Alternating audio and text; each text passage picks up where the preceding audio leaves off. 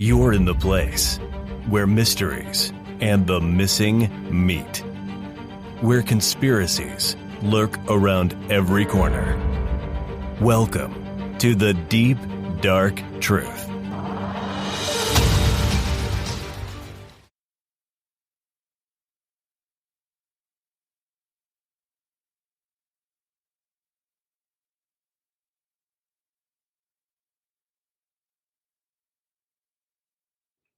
Welcome back to the Deep Dark Truth, where the true crime is serious, but absolutely no other episode is. I'm Mo. I'm Chip. And I'm Mikey.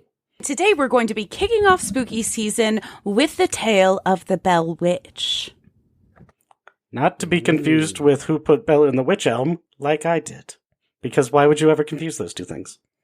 The Bell Witch is one of the U.S.'s most historical hauntings, so much so that there's even allegedly the involvement of a former U.S. president, but more on that later. It's also unique because unlike more modern hauntings and haunted places, the Bell family didn't want anyone in their community to know what was happening to them at the time. In fact, it wasn't until after most of the family had died that Martin Ingram, a friend of the youngest child of the Bell family, published what is called an authenticated history of the Bell Witch, the first complete retelling of the Bell family's struggles. This was due to Martin Ingram making an agreement with the family members to wait until after their deaths to publish. I also really quickly want to give a special shout out to Pat Fitzhugh, who operates bellwitch.org. He's been researching the Bell family for decades and has managed to source everything from genealogical data to first-person writings from the time to in-depth analyses on the lives lived of all of the Bell children and everyone else involved all the way up until their deaths. It is a sight to behold, and you can find that link in the show notes with all of our other sources. Let's get to it, shall we? In 1805, what is currently named Adams, Tennessee, was at the time called Red River, Tennessee. And a man by the name of John Bell and his family had just newly settled there after having moved to the Red River Valley from North Carolina. By the time all is said and done, John has acquired over 300 acres of land and a rather large family home for him, his wife Lucy, and their children. John was gaining a reputation in the community for his farming and land cultivation, as well as for being a church elder at the Red River Baptist Church. John and his wife Lucy eventually had 3 more children while living on their Tennessee homestead, bringing their children to 8 in total, and bringing us to our first side note. Interestingly enough, Wikipedia states the couple as having 6 children. However, bellwitch.org cites the genealogical information of 8 children. I also confirmed this through another genealogical site that is in the show notes, so don't at me. The couple's children were as follows: Jesse, who was 27 at the time, born in 1790. John Jr., born in 1793, who was 24. Drury, who was born in 1796 and is 21. Esther was born in 1800. She is 17 at the time of this starting. Zadok, who was born in 1803 and is 14. Betsy, who was born in 1806 and is 11. Richard, who was born in 1811 and is 6. Joel, who was born in 1813 and is 4. As well as Benjamin, who appears to have died in childbirth before reaching his first birthday, as there is very little, if anything at all, to verify his birth or death records. As people were not having children in hospitals at the time, miscarriages, babies that didn't reach their first year, and stillborn births were oftentimes not documented. Wait, who's the other one that Wikipedia's? How do they just leave off one? So Zadok, I believe, is not listed, and I believe neither is Benjamin. How dare they? Because you love Zadok, don't you? I already have a favorite character, and they left out my favorite 100%. one. I knew you would like him. So overall, life for the Bells was good. That is, until 1817. On an otherwise normal day, John Bell was inspecting his crops when he noticed a strange animal in his field. But this was no ordinary animal. This creature in particular was a terrifying sight to behold. It had the body of a dog, but its head was that of a rabbit. John shot at the animal several times, and while he did not strike it, he did manage to scare it off. While in the moment, John didn't dwell on this incident, he would later look back on this event as the first of a number of strange occurrences that would come to be known as the haunting of the Bell Witch. That's because later this same night would be the very first night of strange sounds in the family's home, including what sounded like someone knocking on the sides of their home, whispers, etc. We'll get a little bit more into detail in a minute, but first, what are you guys thinking right now? Because when I first heard the story of the Bell Witch, I was in junior high. I did papers on it in junior high. I did one in high school. I did one in college. The Bell Witch is kind of my jam. But now, as an adult, my immediate thought is that this sounds similar to a skinwalker. We'll be talking more about skinwalkers in an upcoming episode. The very short definition for the purposes of this is that skinwalkers in Dene or Navajo culture, they are shamans that have sort of turned bad, and they have this ability to disguise themselves or turn into animals that oftentimes don't look very natural in appearance. So they will be sort of mismatch of different animals, and it's a very bad omen to have such a thing on your farm. Does it? It sounds like a mutt dog. Like a German Shepherd or a Great Dane crossed with a Chihuahua. It just has a Chihuahua head, and that's why he thinks it's a rabbit. Is that what you're saying? Yeah, that's what I'm assuming, is that it was like a wild dog or a wild wolf that was just crossbred with another domestic dog or something and just came up with this weird thing with bigger ears that he presumably seen from 100 feet away and thought it was a rabbit's head when it was really just some wild Wait, have you seen Basset Hound ears? I don't know anything about Bell Witch at all. So this is all completely new to me. Well, that's exactly what we want.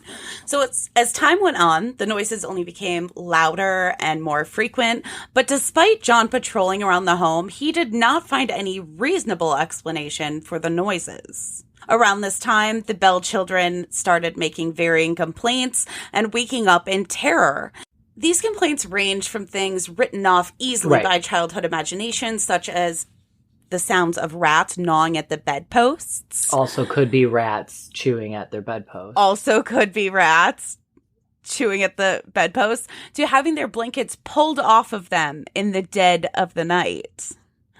But soon after, the family began hearing whispers, which is just an absolute no from me. No, thank you. Do not want whispers. I'd rather have something yell at me. Eventually, their daughter Betsy began having experiences of a more violent nature with an invisible assailant. In fact, over the course of the next several years, from 1817 to 1821, John seemed to become the favored target of the entity, though by no means the only target. Betsy was frequently targeted as well. Is she the oldest daughter? So Betsy is the youngest daughter, but not the youngest child. But at this time, she is around 11-ish years old. The kid who died, did he already exist and die at this point? Yes. So Benjamin died before the family had moved to Tennessee from North Carolina. It wasn't long before Betsy started actually complaining of an entity slapping her and pulling her hair, and she would often have physical welts and bruises on her after these encounters. That does kind of bring us to this question of why is this entity so fixated on John and also Betsy? And that's where we come to the possible identity of the Bell Witch. Years before John married Lucy, he had a previous engagement to a woman by the name of Kate Batts. Their engagement was broken off, and allegedly Kate became further and further embittered. She allegedly went so far as to try and break up the couple's marriage. And when the happenings increased, at some point, fingers were pointed in Kate's direction for cursing John, and by proximity, his family. That's just parents talking about Kate and them absorbing it. Very possible. Though Kate did later marry, other versions of the tale say that her husband Frederick was also helping her to make the Bells' lives very unpleasant. Also, just while we're here, I choose to believe that Kate's husband, Frederick, is the ex of the wife. And so that's why they got together to team up and torture these two. That sounds like a theory you would have, yes. So whether the happenings were in any way linked to Kate or not, the entity became known by the name the Bell Witch, a moniker that was allegedly dubbed by a former U.S. president. More on that in a minute. But from here on, I will likely refer to the entity /phantom /ghost as the Bell Witch because, frankly, there are not enough spooky synonyms, and I am very tired. Cool. Sorry, just to interject. What the children, was it pretty much all of the children had their own encounters? Like it wasn't just the girls. Right. So all of the children had various encounters. We are going to be jumping forward in time, but we want you to know that most of the children's encounters are documented on bellwitch.org, which I recommend everyone check out. I would love to go through all of them, but we would be here for a very long time. I believe the youngest son, Joel, is the only one that did not have an encounter of some sort. And at this point, some of the children are actually in their 20s, so whether or not they are in or out of the house or are just visiting at certain times is kind of hard to decipher. Over the next several years, the entity only appeared to become stronger with the passage of time. What was once whispers and knockings became the loud singing of hymns and quotings of scriptures from a female voice.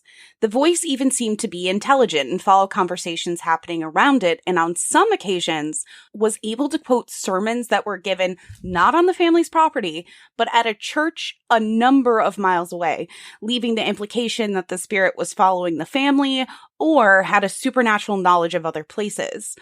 The voice seemed to despise John specifically and wanted him dead, going so far as to threaten him. Betsy was likewise only receiving further terror from the entity. Betsy Bell had recently become engaged to a man by the name of Joshua Gardner, which had only increased the spirit's ire. So this started when she was 11, so now she's like 13, which was not uncommon. In fact, Lucy, her mother, became engaged to John when she was around 12, and he was like a disgusting 32 years old. Yep, classic. Oh, so we do want John dead, is what I'm hearing.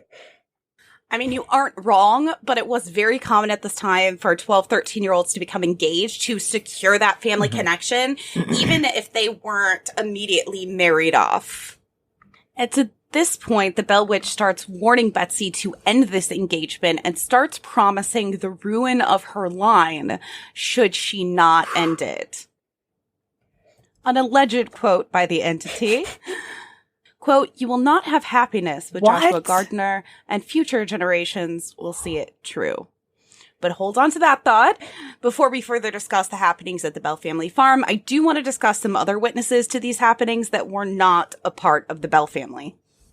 We are going to start with the Johnstons.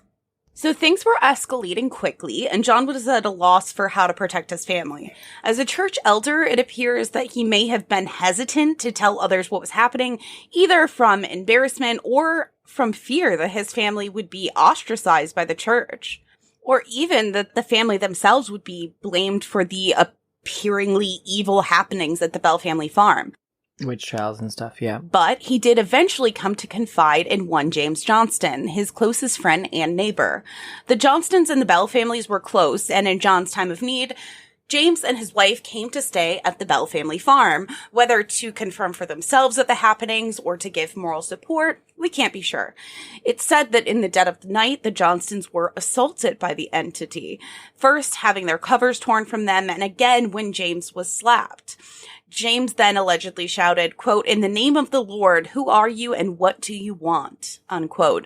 While he received no answer, James expressed concern to the Bells that the entity was demonic.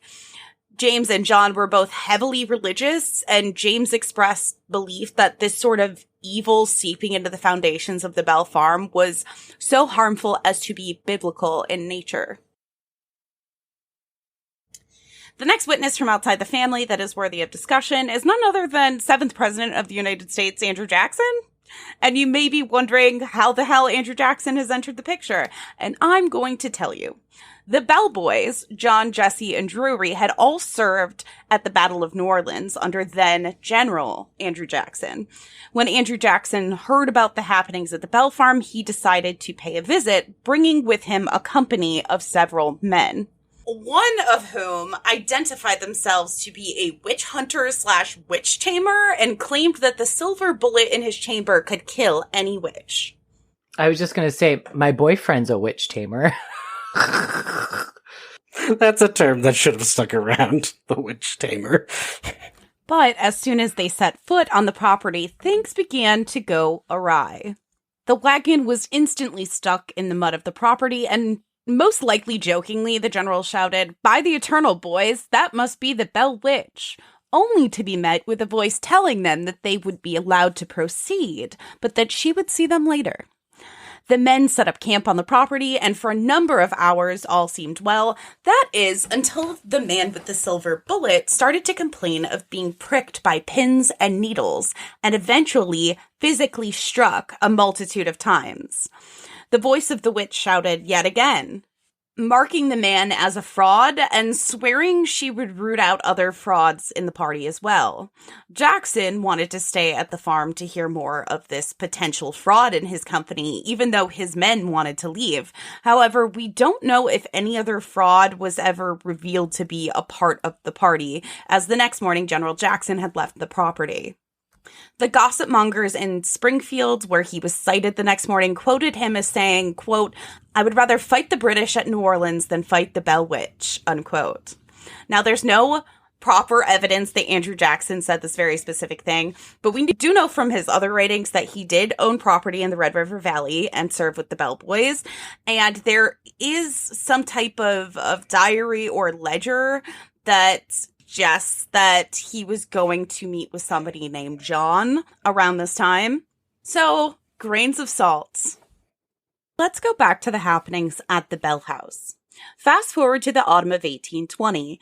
John's been getting increasingly ill from a mysterious illness, though at least one of the conditions he's suffering from we modernly understand as Bell's palsy, which is ironic as his name is John Bell. He had difficulty swallowing and facial twitching, and Bell's palsy wouldn't be named until years later for the doctor who discovered it, who was unrelated to John Bell.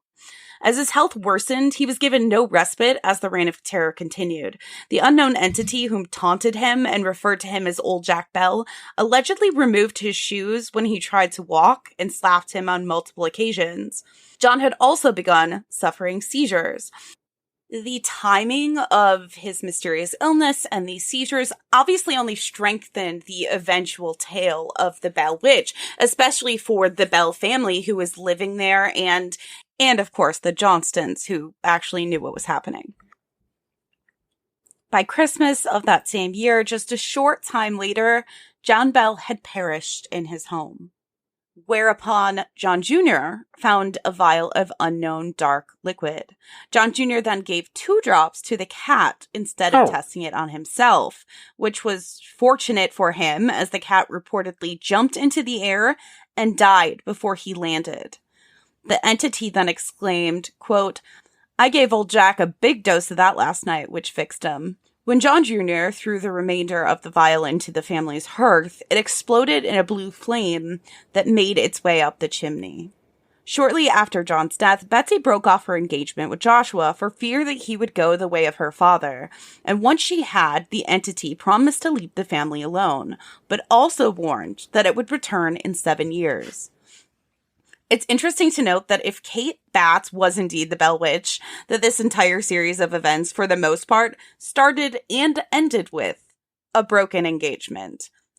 So 7 years later, during what is called the 1828 resurgence, the entity seemed to have changed a little. Most of its interactions seemed to have focused on John Jr., but this time it didn't seem to be as malevolent. We're listening to the story of the domestication of a witch. Correct. And it seems like John Jr.'s conversations with the entity also were very different. Instead, John was speaking with the entity on religion, philosophy, the rise and fall of civilizations, the predictions of a civil war, which would happen years later. And so This is a weird one. it's very strange. It's very different than the previous 7 years Bell Witch. Almost like maybe Oof, we're in a depression. it's not the same Bell Witch. I don't know. Just throwing it out there. After just a few short weeks, the Bell Witch went on her way and promised to revisit John's descendants in 107 years, which would take us to 1935. In 1935, John's closest living descendant, it's his great-grandson, Dr. Charles Bailey Bell, who is a neurologist. To our knowledge, the Bell Witch never appeared to Dr. Bailey Bell, but he did end up writing a book about the subject, and that's partially because he was raised with this belief that at some point he would be visited by the Bell Witch. That's quite a family legend to deal with. Yeah, it's very much like the prophecy, but evil. Yeah, could you imagine? I hate it. There's also all these side rabbit holes, like the Bell Witch Cave, which is on the Bell family farm property. It's actually a historical landmark. There's various rumors that either the witch lived there, or if Kate Batts was in fact the Bell Witch, that after she died, her spirit went there, or they were just working out of this cave, this secretive place on the property, to be able to hide in there and attempt to make the family think that there was a ghost, or John in particular think that there was a ghost, that there was more practical things at play, like real poison or other things that were causing this madness that were very intentional. Overall, the legend of the Bell Witch is over 200 years old, and when the book was eventually published by Martin Ingram, a first-hand account by Richard Bell was included. The foreword was titled, Our Family Trouble, The Story of the Bell Witch of Tennessee. So Richard in particular would have been between the ages of 6 and 12 during this time, so some of it is a core memory probably, and some of it was likely influenced by the family. And interestingly, almost all of the siblings lived really long lives, which is part of why the book wasn't published until their deaths, because they didn't want people to know about this. They didn't want to deal with the potential ridicule, and they kind of viewed it as a stain on the family legacy, like a skeleton in the closet. I mean, I fully support that. Have it published when you're dead, but don't deal with it while you're alive. That is someone else's problem. Unless you're trying to create this entire thing as a family to make it seem that way, so that you could have a 300-year-old legend. But here's the thing. Who thinks they're going to have a 200-year-old legend? They aren't trying to rent out the house as a B&B or do ghost tours or profit off it, like modernly how we would see somebody do that. Goal. True. And it makes me think at the very least that the family really did believe this, because they could have waited until mom was dead so they didn't like shame her and just tell everybody about how the Bell Witch killed their dad and get famous and like have notoriety in that way, like Bell Witch killed dad. Yeah. The goal was, though, to torture their descendant in 130 odd years. Seriously, though, can you imagine that being your family legacy and you're just waiting for a ghost to show up over your shoulder? I think at some point I would just be like, let's not tell this story. Because, like, I don't want to freak them out.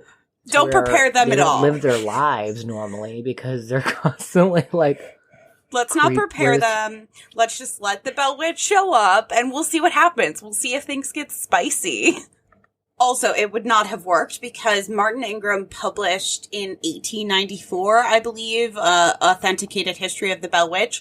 So that's not going to work. He would have found out eventually anyway through other means. Mm-hmm. Probably. Anyway. They were quite long-lived. They were. And actually, Martin was friends with Joel. And through Joel and hearing different stories that Joel had about the family, he ended up talking to the other family members. And that led to the creation of the book. The other thing that I find kind of interesting is that he was interested enough is that he was interested enough in the story to write a book about it and interview the family members, but then agreed to sit on all of that information until most people in the family had passed. And so that is just so interesting and like loyal as hell to me. Just like trying really hard not to die in some freak accident or of scarlet fever or whatever else is going on during this time. Yeah. Oh, that would sting. On your deathbed, you're like, get him here. I need to kill him. Did the descendant ever say that things happened to him or no? He did not, but he did write a book and kind of, it seemed like, talked about what it was like growing up with the legend of the Bell Witch and this legacy and what that was like and the expectations that the Bell Witch would be back potentially for him. And I just find it so interesting. I would love to know what that is like, because that is a weirdly heavy burden. I'll tell you what it's like, not being able to sleep at fucking night. That's exactly what it is. It's just hardcore insomnia and paranoia. That's what it is. I mean, probably, honestly. Also, this man went to medical school, and I'm pretty sure during this period of time you had to source your own bodies for, like, autopsies and to practice on. So, like, there were other ghosts coming for him. Like, the ghosts of little old ladies who he had dug up to perform autopsies on, most likely, are coming for his life. He didn't need to worry about the Bell Witch. New theory, that ghost, it did visit him and was killing people for him. And he kept it secret because he needed bodies. Like, hey, she's kind of a bitch down the street, and I bet her organs are interesting. I bet her organs are interesting? You think that's a thing that even doctors during this time period were saying? I bet her organs are interesting. It's 1935. And I'm talking to a demon. I thought they said interesting after, like, every other sentence back in that time. So we're going with a heartbroken lover couple that tortured this family / demon. But that's not the vibe that I got for once. Just built right in. It was built right in. But also, there's something that isn't brought up a lot. It's not explicitly stated. There's a lot of the broken engagement rumors, but there's also rumors of a broken affair. And the thing I find interesting about that is during this time, if she would have been having an affair with him, and let's say she's even close to the age that Lucy was when they became engaged. So let's say she's a teenager for my sanity. She's not 12. Right. That if they would have had an affair and somebody found out, it would have ruined her, like absolutely ruined her prospects for marriage. And that is more of a motive to me. I feel like the broken engagement, although people don't talk about how full circle the whole broken engagement is, like if it starts and ends with it, and I love continuity. Mwah, love it. Love to see it. But just very interesting little point. That's something.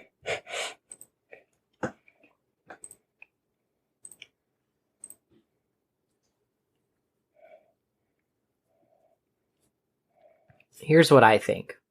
I think that he was not mentally sane. I think that he tortured his family. I think maybe not even knowing he was doing so. I think this guy was off his rocker. I don't know if we need the villainization of mental illness to just have him be abuser. Yes, but I also understand what he's saying. Basically, to go that far, there had to be, like, other things at play, such as mental illness, because I don't think anyone tortures their family in, like, a witch is haunting us and it put a curse on the family and is gonna kill me. And also, I think that he really believed it. So I do understand what he's saying, but also, yes, you definitely have a point. That mental illness is vilified. Also, the first thing that happened to Jackson was just his wagon got caught in the mud. So, like, not high stakes 100%. For... But to be very clear, it seems like Jackson said, this must be the Bell Witch, ha ha ha, in relation to the wagon. Like, it was a big joke. But then... Oh, you think all I can do is sink your wagon in the mud? Just you wait. Do you think it could have been Lucy? Lucy? Which one's Lucy? Lucy is the mother. It could have been Lucy. It could have been anyone. Yeah. Aspects of it feel very, like, Mrs. Dalloway. Like, I don't know, or somebody's in the attic. It feels like there's more to this. Yeah, it sounds like there's somebody living in the house. Somebody was in on it. Somebody was doing something. Somebody was purposely torturing these people. But I am like, I don't even know. Gut instinct is telling me it was one of them two. One of the parents. I don't know what it is, but that was just my feeling that I got from the entire story that I knew nothing about going into. Compelling. Wife poisons her husband. Wife starts drugging the family. They start losing their minds. They start going batshit crazy. She's not happy. She's pissed that she got married at 12 years old to a sack of old hairy balls. Valid. And it just spirals down from there. That's why she named one of her kids Dick Bells. That is a very compelling theory, though. It really is. Women can be abusers to their children, too. Let's also put it this way. What if he was an evil man and was pulling the covers off his daughters and bruising them and abusing them? Yeah, I'm listening. And she was like the one who poisoned him because she finally figured it all out. Like, and didn't want to bring that type of... That's worse disparage to bring to the family name than anything, that he was a religious man and abusing his children. And I think you're living in the wrong century as far as that reputation is concerned. But don't you think in that case, if they were being abused, that they wouldn't say anybody ripped the covers off of them or talk about it at all? If, like, it's a secret between them and their dad, or, like, their dad's like, don't tell anyone, I can't imagine that they'd be like, hey, an invisible... like ghost pulled my covers off. Yeah, but it could have been not direct abuse. Like, it could have been done at nighttime where he was just fucking with them. I'm not sure how you can hit someone hard enough that they bruise but they don't wake up. But also, kids absolutely need to make up an excuse when someone's like, "What happened to your arm?" Like, it was a ghost. Yeah. That's very valid. And I won't say that it couldn't be, but I will say that all of the information is presented as if the kids are waking up in the middle of the night screaming for their parents versus their mother confronting them like, hey, what's that bruise on your arm for? If that makes sense. So it's very valid. And also, like, you know, history, the story that we hear isn't necessarily how it happened in any way. It's what we hear from John, from Martin Ingram after he interviews family members, etc. But then why, if they didn't want anyone to know and they still think it's a ghost as an adult, why would they then tell Martin Ingram if they're so ashamed of this, like, ghost story family legacy? Feels like they would know that they were abused and that's what happened. Like, why tell this story at all at that point? I don't know. Well, that's my story on the legend of the Bell Witch. If you have any theories or any spooky stories from your personal experience to share with us, please send them to the tip line at 313-355-3411 or text them to the Deep Dark Truth Podcast at gmail.com. Until next time, we'll see you soon. I'm Mo. I'm Chip. And I'm the Bell Witch. You just listened to the Deep Dark Truth Podcast. See you next time. And remember, your local cryptids want to meet you.